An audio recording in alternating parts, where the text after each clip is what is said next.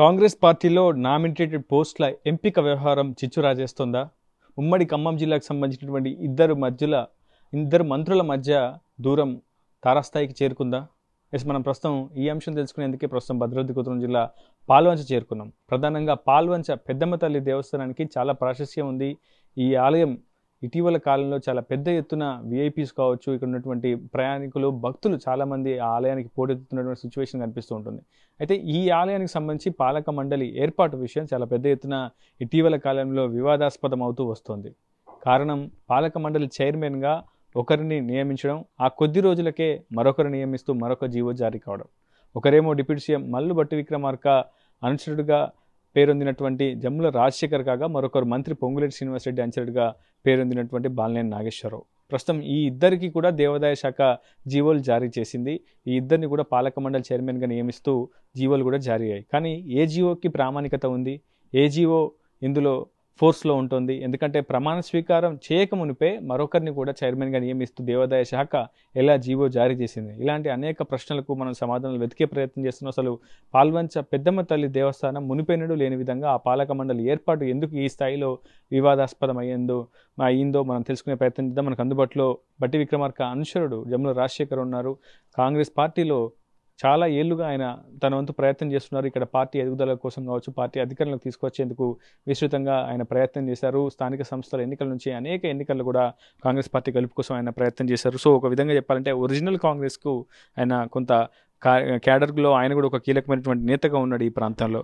రాజశేఖర్ గారు, చెప్పండి, ఎందుకు మిమ్మల్ని పాల్వంచ పెద్దమ్మ తల్లి స్థానం చైర్మన్గా దేవాదాయ శాఖ జీవో జారీ చేసినప్పటికీ ప్రమాణ స్వీకారంలో ఎందుకు ఆలస్యం జరిగింది? ఆ కొద్ది రోజులకే మరొకరిని చైర్మన్గా నియమిస్తూ ఎందుకు దేవాదాయ శాఖ మరో జీవో జారీ చేసింది? దీని వెనుక ఏం జరిగింది అసలు? సార్, మా దగ్గర పెద్దమ్మ తల్లి టెంపుల్ దాదాపు ఒక 65 సంవత్సరాల నుండి ఇక్కడ భక్తులు లోకల్గా ఉండి మా లోకల్ చుట్టుపక్కల ఉమ్మడి గ్రామ పంచాయతీలో ఉండేది ఒకప్పుడు. తర్వాత రాను పంచాయతీలు విడిపోయి ఈ ఉమ్మడి గ్రామ పంచాయతీలో ఉండటం వలన మేము ప్రతిసారి కూడా మా లోకల్ వాళ్ళకి కొంతమందిని కలుపుకొని పోండి, కొంతమందికి పదవులు ఇవ్వండి అనేది మేము వాదన జరుగుతూ వస్తుండేది. ఈ మధ్యకాలంలో ఏం జరిగిందంటే, ఈ పెద్దమ్మ తల్లి టెంపుల్ది కమిటీలో నోటిఫికేషన్ ఇవ్వడం జరిగింది. ఆ నోటిఫికేషన్లో కొంతమంది మా దగ్గర వాళ్ళు, మీరు ఇన్ని సంవత్సరాల నుంచి కాంగ్రెస్ పార్టీ కష్టపడ్డారు కదా, మరి మీరు ఒకసారి అడగరా అని చెప్పేసి కొంతమంది కింది స్థాయి నన్ను ఒత్తిడి చేయడం జరిగింది. దాని దృష్ట్యా నేను వెళ్ళి ఖమ్మం వెళ్ళేసి అప్లికేషన్ పెట్టుకొని వచ్చాను ఎండోమెంట్కి. వచ్చిన తర్వాత డీసీసీ గారిని కలిశాను, జిల్లా అధ్యక్షుల గారిని. నాకు సపోర్టుగా జేబీ చౌదరి గారు, ముస్లిం మైనార్టీ గౌస్ గారు, ఓబీసీ జిల్లా అధ్యక్షులు అల్లాడి నరసింహారావు గారు, టీపీసీ ఉపాధ్యక్షులు పోట నాగేశ్వరరావు గారు, మరియు డీసీసీ జిల్లా అధ్యక్షులు పొదెం వీరయ్య గారు, మరియు భట్టి విక్రమార్క గారు, కొండా సురేఖ గారు దేవాదాయ మినిస్టర్, కోమటిరెడ్డి వెంకటరెడ్డి గారు, వీరంతా నాకు చైర్మన్గా వాళ్ళ లెటర్లు ఇవ్వటం జరిగింది. ఆ లెటర్లు తీసుకునేసి ఎండోమెంట్లో సబ్మిట్ చేశాను. ఇవన్నీ వాళ్ళు చైర్మన్గా నన్ను ఎంపిక చేసి కమిటీ కూడా చేసి నాకు ఇవ్వటం జరిగింది. ఆ ఇచ్చే క్రమంలో డీసీసీ జిల్లా అధ్యక్షులు గారు బాడీ కమిటీ విషయంలో, చైర్మన్ ఇచ్చిన తర్వాత బాడీ కమిటీ విషయంలో లోకల్గా సంబంధించిన నాయకులకి ఫోన్లు చేసి జమ్ముల రాజశేఖర్ ఇలా 14 మంది పేర్లు ఇచ్చాడు, ఈ 14 మందిలో ఎవరు జెన్యున్ కాంగ్రెస్, ఎవరు కాదు అని చెప్పేసి డీసీసీ గారు లోకల్కి వీళ్ళని అడగటం జరిగింది. వీళ్ళని అడిగితే, ఇక్కడ లోకల్గా ఉన్న ఒక ఇద్దరు మండల స్థాయి నాయకులను అడిగితే వాళ్ళు అలా నేను ఇచ్చిన పేర్లలో 12 పేర్లు ఓకే చేశారు, ఒక్క పేరు మాత్రం అది వద్దు సస్పెండ్లో పెట్టారు. ఆ పేరు కింద వేరే పేరు యాడ్ చేయడం జరిగింది. జరిగిన తర్వాత ఇవి తీసుకెళ్ళి దేవాదాయ మినిస్టర్ గారికి మళ్ళీ ఇవ్వడం జరిగింది. డీసీసీ గారు 14 మంది పేర్లు ప్రపోజ్ ఇచ్చిన తర్వాత అది నాకు రేపు ఆర్డర్స్ ఇచ్చే టైంలో ఎలక్షన్ కోడ్ పడింది. రేపు మధ్యాహ్నం నుంచి ఎన్నికల కోడ్ అమల్లో ఉంటుంది కనుక మీరు ప్రమాణ స్వీకారం చేయలేరు, కాబట్టి ఎన్నికల కోడ్ అయిపోయిన తర్వాత రమ్మని నాకు ఓఎస్డీ గారు చెప్పడం జరిగింది. చెప్పిన తర్వాత నేను వచ్చే 4వ తారీఖు రోజు హైదరాబాద్ వెళ్ళాను. 5వ తారీఖు రోజు ప్రాశ్చిత్యం చేసి 6వ తారీఖు రోజు నాకు సాయంత్రం లెటర్ ఇచ్చారు. చైర్మన్గా బాడీ కమిటీ వేసేసి లెటర్ ఇవ్వడం జరిగింది. నాకు లెటర్ ఇస్తూ కమిషనర్ గారు అసిస్టెంట్ కమిషనర్కి మరియు ఈఓకి ఒక లెటర్ పంపించారు ప్రమాణ స్వీకారానికి. పంపించిన తర్వాత మేము ఇక్కడ వచ్చి ప్రమాణ స్వీకారం చేసే క్రమంలో కొంతమంది కొన్ని విధాలుగా చేసి మేము ప్రయత్నం చేసుకుంటే మాకు రాలేదని ఒక దురుద్దేశంతోనే వాళ్ళు ఈ కమిటీని ఆఫ్ చేయాలని చెప్పేసి అధికారులపై ఒత్తిడి తెచ్చారు. అభ్యంతరాలు రావడం వెనుక కొంతమంది కాంగ్రెస్ పార్టీలో ఉన్నటువంటి నేతలే కారణం అనేది ఒక ప్రచారం కూడా ఉంది. ప్రధానంగా జమ్ముల రాజశేఖర్ బీఆర్ఎస్ పార్టీలో పనిచేసినటువంటి వ్యక్తి. ఇటీవల ఆయన బీఆర్ఎస్ నుంచి కాంగ్రెస్లోకి వచ్చాడు. అలాంటి వ్యక్తికి ఎలా చైర్మన్ పదవి పాలక మండలిలో ఎందుకు ఆ స్థాయి ప్రాధాన్యత కల్పిస్తున్నారనే ఒక అంశాన్ని కూడా కాంగ్రెస్ పార్టీలో ఉన్నటువంటి కొంతమంది కార్యకర్తలు, నేతలు దీన్ని మంత్రుల దృష్టికి కూడా తీసుకెళ్లినటువంటి పరిస్థితి కనిపిస్తుంది. దేవాదాయ శాఖ కూడా ఈ అంశంపై కొన్ని అభ్యంతరాలు కూడా వ్యక్తం చేస్తూ కొన్ని లేఖలు కూడా పంపినట్లు తెలుస్తోంది. నిజంగా మీ ప్రమాణ స్వీకారం జరగకపోవడం వెనుక మీరు అసలు బీఆర్ఎస్ పార్టీ నుంచి కాంగ్రెస్లోకి వచ్చారా? ఎందుకు మీ ప్రమాణ స్వీకారం జరగలేదని మీరు అనుకుంటున్నారు? సార్, ఇది ఏంటంటే 2001 నుండి నేను నా స్టడీ అయిపోయిన తర్వాత కాంగ్రెస్ పార్టీలోనే కొనసాగుతాను. మా తాతల దగ్గర నుండి కూడా కాంగ్రెస్ పార్టీలోనే ఉన్నాం అందరం. కాంగ్రెస్ పార్టీలో కొనసాగకుండా కాంగ్రెస్ పార్టీకి సేవ చేసుకుంటూ ప్రతి ఎలక్షన్ల టైంలో మా పనులు వదిలిపెట్టి, వ్యవసాయ పనులు వదిలిపెట్టి కూడా పార్టీ కోసం కష్టపడ్డాం. రాను రాను క్రమంలో బీఆర్ఎస్ వచ్చింది. బీఆర్ఎస్ వచ్చిన తర్వాత మేము అలానే కాంగ్రెస్లోనే ఉండిపోవడం జరిగింది.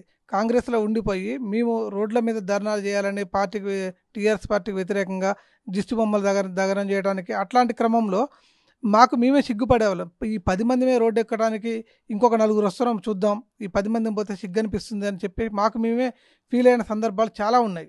అవమానపడ్డ సందర్భాలు కూడా చాలా ఉన్నాయి. నవ్వారు మమ్మల్ని చూసి. రాను రాను మేమేం చేసామంటే కొత్తగూడెం టికెట్ పొత్తులో భాగంగా సిపిఐకి పోతుందని తెలిసి ఇవ్వద్దని చెప్పేసి పోస్ట్ ఆఫీస్ సెంటర్లో, బస్టాండ్ సెంటర్లో, కొత్తగూడెంలో జిల్లా హెడ్ క్వార్టర్లో ధర్నాలు చేసాము, నిరాహార దీక్షలు కూర్చున్నాం. ఎంతో బాగా సఫర్ అయ్యాం. సఫర్ అయిన తర్వాత టికెట్ మేము వద్దన్నా కూడా పార్టీ అధిష్టాన నిర్ణయం మేరకు సిపిఐకి ఇవ్వడం జరిగింది. సిపిఐతోనే కొనసాగుకుంటూ వచ్చి వాళ్ళకి చేసుకుంటూ వచ్చిన తర్వాత రాను లాస్ట్ క్రమంలో 3 రోజులు ఎలక్షన్ ఉందన్న క్రమంలో కాంగ్రెస్ కార్యకర్తలను పక్కకు పెట్టి సిపిఐలని బేస్ చేసుకుని వాళ్ళు మాత్రమే చేస్తుండేటప్పటికీ మాకు దాని విషయంలో టికెట్ ఇవ్వడంలో కూడా మేము కొద్దిగా ఇబ్బంది పడ్డాం. కాబట్టి ఈ విషయంలో కూడా కొంచెం మేము చిన్నతనంగా ఫీల్ అయ్యి మమ్మల్ని లెక్క చేయట్లేదన్న ఉద్దేశంతో పక్కకు జరిగి 3 రోజులు ఉండటం జరిగింది. ఈ క్రమంలో మా తాతయ్య గారు ఒక ఆయన ఏం చేశారు, వనమా గారు రమ్మన్నారని చెప్పి తీసుకెళ్ళి టవల్ మీద వేయడం జరిగింది. వేసిన తర్వాత ఆ టవల్ అక్కడ వేసి ఇంటికి వచ్చి వెళ్ళొచ్చేసాను. వెళ్ళొచ్చిన తర్వాత పార్టీ నాయకులు పోట్ల నాగేశ్వరరావు గారు కావచ్చు, చౌదరి గారు కావచ్చు, వీళ్ళంతా కొంతమంది పిలిచి నన్ను తిట్టారు. నువ్వు చేసిన నిర్ణయం తప్పు, చాలా తప్పు చేసావు, ఇది పద్ధతి కాదు, నువ్వు అసలు నీకు సిపిఐ అంటే వ్యతిరేకం, కాంగ్రెస్ కాదు కదా, నువ్వు ఇది కరెక్ట్ కాదని చెప్పేసి నన్ను పిలిచి గద్దెయడం జరిగింది. వచ్చి అదే రోజు టవల్ పార్టీ కండవ కప్పి పార్టీలోకి ఆహ్వానించారు. ఇచ్చిన తర్వాత ఇప్పుడు దగ్గర 3 నెలలుగా వస్తుంది. నాకు జిల్లా ఓపీసీ ఉపాధ్యక్షులు కూడా ఆ రోజే ఇచ్చారు. 15 రోజులకే నేను జిల్లా ఉపాధ్యక్షులుగా భద్రాద్రి కొత్తగూడెం డిస్టిక్ ఉపాధ్యక్షులు కూడా కొనసాగుతున్నాను. అది పరిస్థితి సార్. ఈరోజు ఇది జీవో రద్దయిన తర్వాత కూడా నేను అది సేవాభావంతో చేయాలి, దేవుడి కార్యక్రమం, ఇది గొడవలొద్దు, వ్యక్తిగతంగా దూషించుకునే పరిస్థితి కాదు, ఎవరికిచ్చినా ఒకే పార్టీ నిర్ణయం, మనమేం పార్టీకి వ్యతిరేకించి మనం ఏ కార్యక్రమం చేయొద్దు. కొంతమంది లోకల్గా వచ్చి నన్ను కోర్టుకు వెళ్ళండి, కోర్టు నుండి స్టే చేయండి, గవర్నమెంట్ మీద జీవో ఇచ్చిన తర్వాత జీవో ఎలా రద్దు చేస్తారని చెప్పి చాలామంది దరిదాపు 200 మంది దాకా నాకు ఫోన్లు చేయడం జరిగింది. అయినా సరే నేను ఒకటే చెప్పాను, అది దేవుడి కార్యక్రమం, మంచి ఆలోచనతో చేయాలి, గొడవలు పెట్టుకుని కార్యక్రమం చేయకూడదు, అది పద్ధతి కాదు అని చెప్పేసి నేను సైలెంట్గా ఆగటం జరిగింది. ఇటు విషయాన్ని నేను కొండా సురేఖ మేడం దగ్గరికి కూడా వెళ్ళి, మేడం మరి జీవో ఆపారు, ఎందుకు ఆపారని చెప్పి మేడం ఇంటికి వెళ్ళి అడగడం జరిగింది. మేడం గారు ఏం చెప్పారు, అది డిప్యూటీ సీఎం గారును పొంగులేటి శ్రీనివాసరెడ్డి గారు కూర్చొని మాట్లాడాల్సిన విషయం, అది మాట్లాడితే కనుక ఒక కొలిక్కి వచ్చే పరిస్థితి లేదు ఇది అని చెప్పారు. చెప్పి అదే రోజు జీవో వాళ్ళకి, నా జీవో రద్దు చేస్తూ వాళ్ళకి జీవో ఇవ్వడం జరిగింది. జరగాల్సింది అయితే జరిగిపోయింది. మీ జీవో రిలీజ్ అయిన కొద్ది రోజులకే మరొకరిని చైర్మన్గా నియమిస్తూ మరొక జీవో జారీ అయింది. ప్రస్తుతం ఆయన ప్రమాణ స్వీకారం చేస్తారా, ఇంకా ఇది వివాదం ఇలానే కొనసాగే అవకాశం ఉంటుందా? మీరైతే ప్రస్తుతం పార్టీ నిర్ణయాన్ని ధిక్కరించారని చెప్తున్నారు. మరి డిప్యూటీ సీఎం బట్టి విక్రమార్క దృష్టికి తీసుకెళ్లారా, విషయాన్ని పార్టీ నేతల దృష్టికి తీసుకెళ్లారా, పొదం వీరయ్య డీసీసీ ప్రెసిడెంట్ దృష్టికి తీసుకెళ్లారా? వాళ్ళు ఏం సమాధానం చెప్పారు? సార్, నేను బట్టి విక్రమార్క గారిని కలవడం జరిగింది. 8వ తారీఖు రోజు కలిశాను. కలిస్తే సార్ ఒకటే చెప్పారు, నేను ఆలోచిస్తాను, మాట్లాడతాను, ఇబ్బంది ఏం లేదు, నేను చూస్తాను, మీరు వెళ్ళండి అన్నారు. ఆ తర్వాత డీసీసీ గారు నేను వెళ్ళి కూడా కలవడం జరిగింది. కొంచెం టైం ఇవ్వండి, కొద్దిగా ఎడవుల్లో ఉన్నాను, నేను మాట్లాడతా, చూస్తా అని చెప్పారు. నేనేమి డిసైడ్ అయ్యానంటే, పార్టీ అధిష్టానం ఎవరికి ఇచ్చినా ఇబ్బంది ఏం లేదు, కలిసి పనిచేయడానికి నేను సిద్ధంగా ఉన్నాను. నాకు వాళ్ళని వ్యతిరేకించడం కానీ వాళ్ళని ఏదో అనుకోవడం కానీ నాకేం లేదు. అమ్మవారు ఎవరికి ఆశీర్వాదం ఉంటే వాళ్ళే అవుతారు. వాళ్ళైనంత లోపల నేను వ్యతిరేకని కాదు, నేను పార్టీకి కట్టుబడి ఉంటాను, పార్టీ ఏ నిర్ణయం తీసుకున్నా నేను సిద్ధంగా ఉంటాను. ఇంకొకటి ఏంటంటే, నన్ను పార్టీ గుర్తిస్తే ఇంతమంది ఇచ్చిన వాళ్ళు ఇంకొక రోజు ఏదన్నా పదవి ఇవ్వకపోతారా అనే ఆశతోనే ఎదురు చూస్తున్నాను.